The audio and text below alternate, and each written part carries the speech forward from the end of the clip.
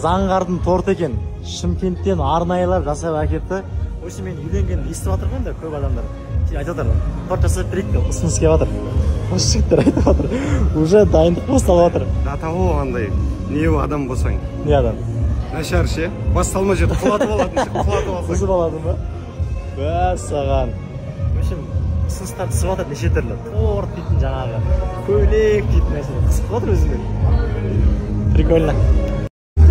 Жанысқа қыз іздеп жатыр. Ол кісі торт түсінбеген да? Осы адамдарға түсіндіре алмадым ше. Нені? Мен қыз таппай жүрген жоқпын.